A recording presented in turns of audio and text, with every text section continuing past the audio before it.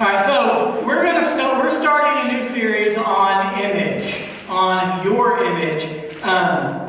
So specifically your self-image and how you relate, or how your image relates to your life as a Christ follower. So when we talk about self-image, I'm talking about the picture that we kind of show the world, we're kind of portraying or painting a picture of who we are to the world. So whenever I'm talking about our image, that's what I'm talking about, is how people see us and what they see when they look at us. All right? Image, now, several weeks ago, a few months ago now, we talked about our identity. And some people will get those confused and think we're talking about the same thing. But image and identity are two different things. Your identity is who you are at your core, who you are at your very core, inside. Your image is what you show the world. Your image is what you're showing everybody else. Your identity is who you are on the inside, at your very core, your identity. Your image is what you're showing people. Is in your actions and your behavior and the way you dress, what you're showing off to everybody else. Now, not very many people will post on social media about their failures, about their shortcomings, or about how they hurt people. Do they? You don't usually see very many posts about how someone's messed up, or whenever you've had a really bad day and you've done a lot of really dumb things. You don't get on social media and tell the world about all the dumb things you've done, right? We don't really get on social media and talk about our shortcomings and talk about our mistakes very often. Most of the time, whenever we share things, we share our positive things, right? We share things that are positive about us. We want people to look at us in a more positive light. We want our image to be a positive thing, to where it draws people in so that they want to hang around us, right? We all project different images to the world. We all project an image. And this image, it puts a focus on us. This image that we project to the world, it kind of puts a focus onto us. So we're going to take a look at what Jesus has to tell us about image. What does Jesus say about our image? And what does he say that we're supposed to be projecting to the world? What our image should really bring attention to. All right, so we're going to be in a couple of different books. We're going to start off in John chapter 3. So if you could flip to John chapter 3 real quick. And once you find that, help your neighbor find it. It's in the New Testament. So flip it a little over halfway through the Bible. Matthew, Mark, Luke, and then John chapter 3. So we're going to take a look at this guy that goes by the name John. His name is John. People call him John the Baptist.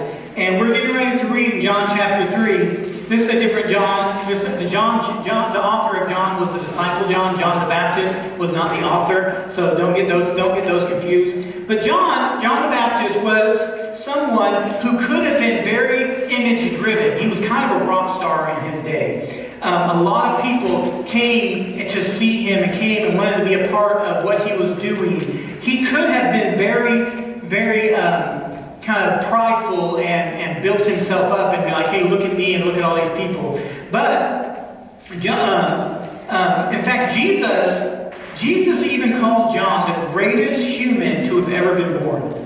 That is something to brag about, am I right? The Messiah, the Son of God, said, this is the greatest man who ever been born. That's pretty crazy, right? All right, come on up, Savannah. So, John the Baptist, that Savannah's getting ready to read about, he was Jesus' cousin. And his birth was announced by angels. He had a lot of things to be prideful for. He baptized Jesus. He baptized. So Jesus said he's the greatest guy ever born, and he baptized our Messiah. That's a lot of things to be proud about, isn't it? So let's see what John has to say in 27 through 30, please. John answered and said, a man can receive nothing unless it has been given him from heaven. You yourselves are my witness that I said, I am not the Christ, but I have been sent ahead of him. He who is the bride is the bridegroom, but the friend of the bridegroom who stands and hears him rejoice greatly because of the bridegroom's voice. So this joy of mine has been made full. He must increase, but I must decrease. So, what's going on here is John's disciples, John's followers are kind of flocking to him and like, hey, something's going on. All the people that used to hang out with you was hanging out with this other guy. And they're kind of freaking out. You know, they're losing, they're like, we're losing our crowd, we're losing the popularity. He said, no, and then John answers it in some of the most humble way possible. He said, no one can receive anything unless it has been given to him from heaven. He's saying, hey, everything I've had has been given to me.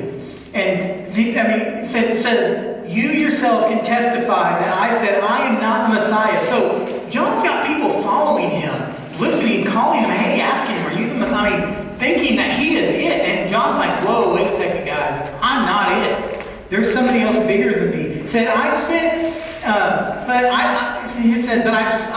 been sent ahead of him, being the Messiah. And then he says, I must increase so that he must increase. I must be. My ADHD kicked in. He must increase, so I must decrease. He's saying Jesus has to increase. Jesus' plan is so much bigger than anything that I've got going on. See, John had a job to prepare the way for Jesus. John was prophesied about years before, back in the Old Testament, whenever he said he's going to prepare the way in the wilderness. And that's what John did. John walked around in the wilderness, preaching and teaching, telling people to get right because the Messiah is coming. So John had a job. John had a purpose. And so his whole image was wrapped up in teaching about God and teaching about the coming Messiah. John's followers, they were freaking out because everybody was leaving him. Everyone was going off and trying to find and going over to Jesus, and his disciples were kind of freaking out about it. But John held on. But listen, if John would have held on to that position, if John would have fought for that position and be like, hey, no, you need to come over here, he would have both he would have interfered with Jesus' mission, and he would have damaged the mission and damaged the reason, the purpose that Jesus came. So if he would have held on to the identity that he had, if he would have held on to the identity that everybody gave him as John the Baptist, the guy to go see to get right with God, if he would have held on to that image, then he would have messed up the plans that God had for Jesus and his ministry. So now, I'm sure it probably was pretty hard for John to give up his popularity. It doesn't talk about that, but I mean, it'd be kind of hard to give up. I mean, everybody's loving you. Everybody, coming to you, talking you up, building you up. It'd be kind of hard to see those crowds start to disappear, wouldn't it? It'd be kind of hard to see all your friends start to go hang out with somebody else instead, right? So it had to be hard for John. But John knew that even though his mission was great and important, Jesus' mission was even better. Jesus' mission was even more important. It was even more crucial. John knew that the image that he ultimately wanted to project to the world was an image where Christ was the center. John wanted to take that image that the world has given him as being the guy to go to and change that image to the guy pointing to the Messiah. He wanted Christ, Jesus Christ, to be the center of his image, so whenever people thought of him, they would think of him pointing them to Jesus. And when Jesus came on the scene, he said, you need to quit following me. You need to follow him because he is more important. He said even at one point that I'm not even worthy to put his sandals on his feet. I'm not worthy. He said, this guy's so much bigger than me. He took and got rid of his image, got rid of that popularity, and put Christ in the center of it. Now, we all have an image. Whether you want to admit it or not, you have an image. Some of you have an image as people who do sports, as a job. Some people have images in health academies. Some people have images of runners, of drums, you have all different types. Everybody has a different image. You put on that image, and we have a choice to make, just like John the Baptist had a choice to make. We can hold on to that image, and we can fight for that image. We can hold on to our image and get in the way of the plans that God has for us, and get in the way of what God is doing in us, or we can get out of the way and put Christ at the center of our image. We can make our image reflect Jesus. That way, when people think of us, they will see Jesus, and therefore be sent to the Messiah, so that they can have that saving grace that Jesus offers them. So we have that choice, just like John did. We have to make that choice. Are we going to hold on to that image and fight for that image, or are we going to take that image off and put Christ in the center of our image and reflect to the world who Jesus is through who we are? All right. Now let's flip over to Mark. So you're in John, so you got to flip back. So it's Matthew, Mark, Luke, John. So you got to flip back to Luke and then back to Mark. Go to chapter 8, and we're going to take a look and see what this is kind of like. What this is like, how we can put Christ as the center of our image. And he surrounded the crowd with his disciples and said to them, "If anyone wishes to come after me, he must deny himself and take up his cross and follow me. For whoever wishes to save his life will lose it, but whoever loses his life for my sake and the Gospels will save it. For what does it profit a man to gain the whole world and forfeit his soul? For what will a man give in exchange for his soul? For whoever is ashamed of me and my words, this adulterous and sinful generation, the Son of Man will be ashamed of him when he comes in the glory of his Father with the holy angels." All right. So when people ask what it means to be a Christian, we hear a lot of different answers. If somebody came up to you tomorrow and said, "What does it mean to be a Christian?" What are you going to tell them? What are you going to tell them? What does it mean to be a Christian? Where you love God. To love God, yeah. Okay. Anybody else have different things? To believe in God. To follow what? To follow His rule, yeah. To read the Bible. Those are all really good ideas of what it means to be a Christian. You hear tons of different answers. No matter what Christian, you can go into a room of 100 Christians and probably get 75 different answers, if not 100. Everybody has a different idea and a different opinion, a different definition of what it means to be a Christian. Some of them are not right.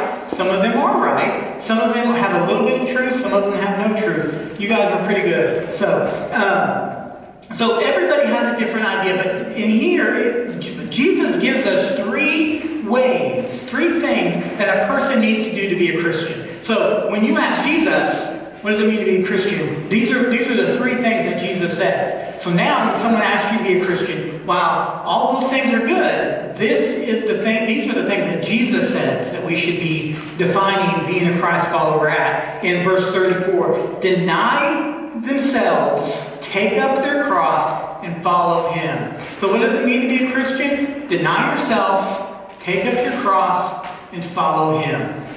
It means to deny yourself, take up your cross, and follow Him. Him being Christ, being Jesus, being God. So what does that mean? What does it mean to deny yourself and follow Jesus? Anybody have an idea? What does it mean to deny yourself and follow Jesus? Any ideas? What does it mean to deny yourself and follow Jesus? Those are two things that Jesus said we have to do that we need to do to be a Christ follower. What does that mean? It means to put Christ and your belief in Him ahead of your own self. To put Christ and your belief in Him ahead of yourself. Very, very good. So, what does that mean for our image? What does that mean for if we're supposed to deny ourselves, we're supposed to put Christ first above everything else. What does that mean for our image? That means that if someone looks at you, they should be able to tell that you're a Christian. So if somebody sees you, they should be able to know you're a Christian. One of the most insulting things that you can tell a believer in Christ, I didn't know you went to church. I didn't know you were a Christian. That's one of the most insulting things you can tell a believer, at least in my opinion. I would be heartbroken if I knew somebody, if I worked with somebody, and they came up to me and said, I didn't know you went to church. Jesus isn't in the center of our image, right? If people are like, I didn't know you did Jesus. This is a very deep question. It's a very hard question to really kind of get down to. You guys did really well. Denying yourself means that at the core is to think less of projecting yourself to the world and more about using yourself, using who you are and the popularity or the platform that you have to project Christ. So whenever you need to be, so denying yourself and putting Christ first is kind of thinking about yourself less and putting Christ first and projecting. Instead of projecting, hey, look at me, look what I did, is hey, look what Jesus can do. Look what Christ did for me and what He can do for you. In verse 35 it says, whoever wants to save his life will lose it, but whoever wants to lose his life, but whoever loses his life because of me and the gospel will save it. For what does it benefit someone to gain the whole world and yet lose his life? What can anyone change in exchange for his life? Jesus kind of gave us a little riddle there. You kind of get it? That, how can somebody lose their life by saving it? Right? How can you lose your life by saving it? And how does somebody save their life by losing it? Kind of the opposite thing, right? It's kind of getting a little bit of a riddle, right? So the thing is, see, when we try to hang on to our image by try to hang on to our popularity, by our athletic ability, whatever it is, we try to hold on to that image and project how good we are at whatever it is that we're doing, trying to project those things. Eventually, that focus on ourselves and the focus, that draws focus away from Christ. That's going to draw focus to us and draw focus away from Christ. Now, when we do this, we are wasting the influence that we have. Whenever we are drawing influence more onto us and less onto Christ, we're kind of like I'm trying to save my life I'm trying to save my image, save my popularity. I'm trying to do things that will make me look good, and in return, we're losing the opportunity to share Christ with people and to show Christ with people. So we're trying to save our life through our image, and we're losing that life because we're kind of pushing Christ out of the picture.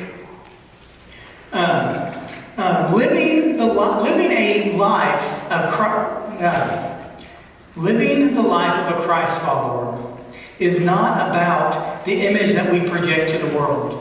If we are a Christian, if we are a Christ follower, it's not about the image that we're projecting. It's not about who we are. Not about that image that we're showing off. It's not about the half-truth, self-focused, photoshopped pictures that we send out into the world.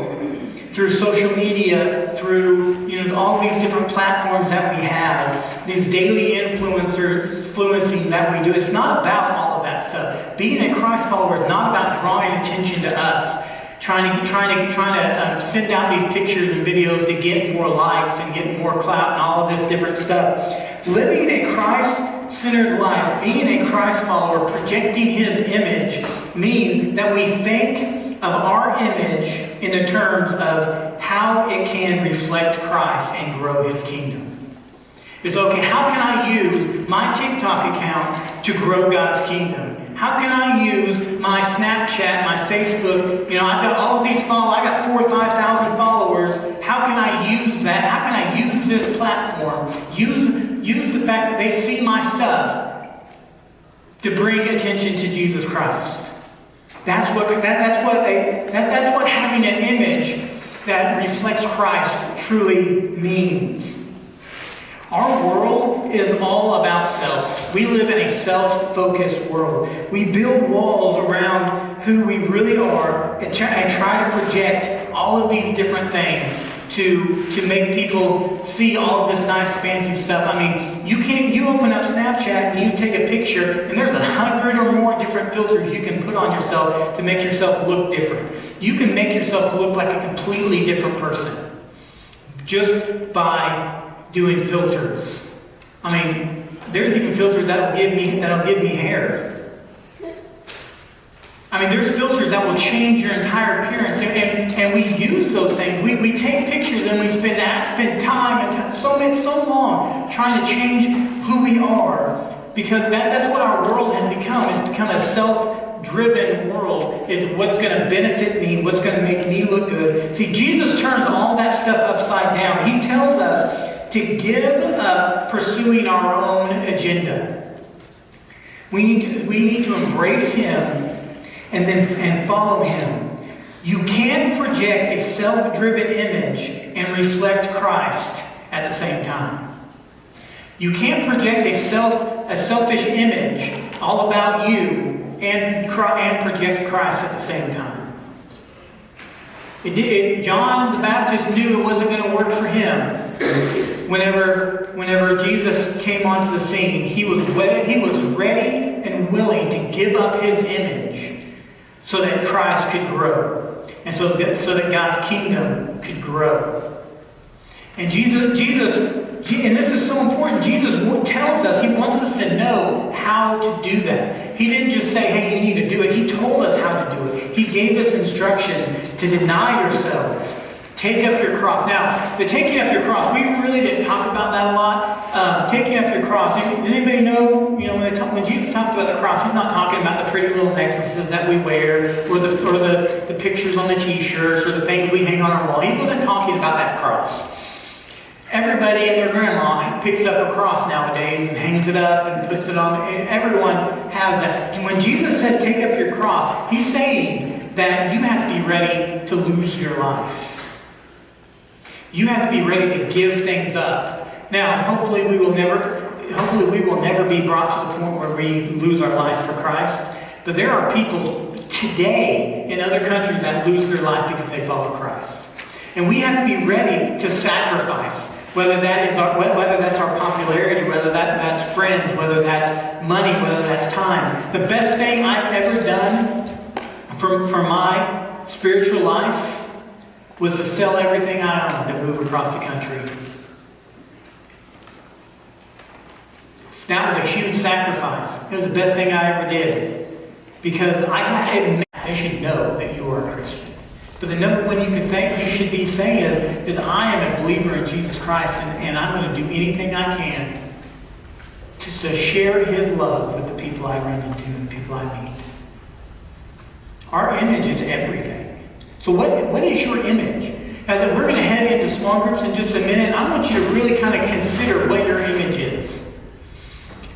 What is your image? What kind of image are you showing the world?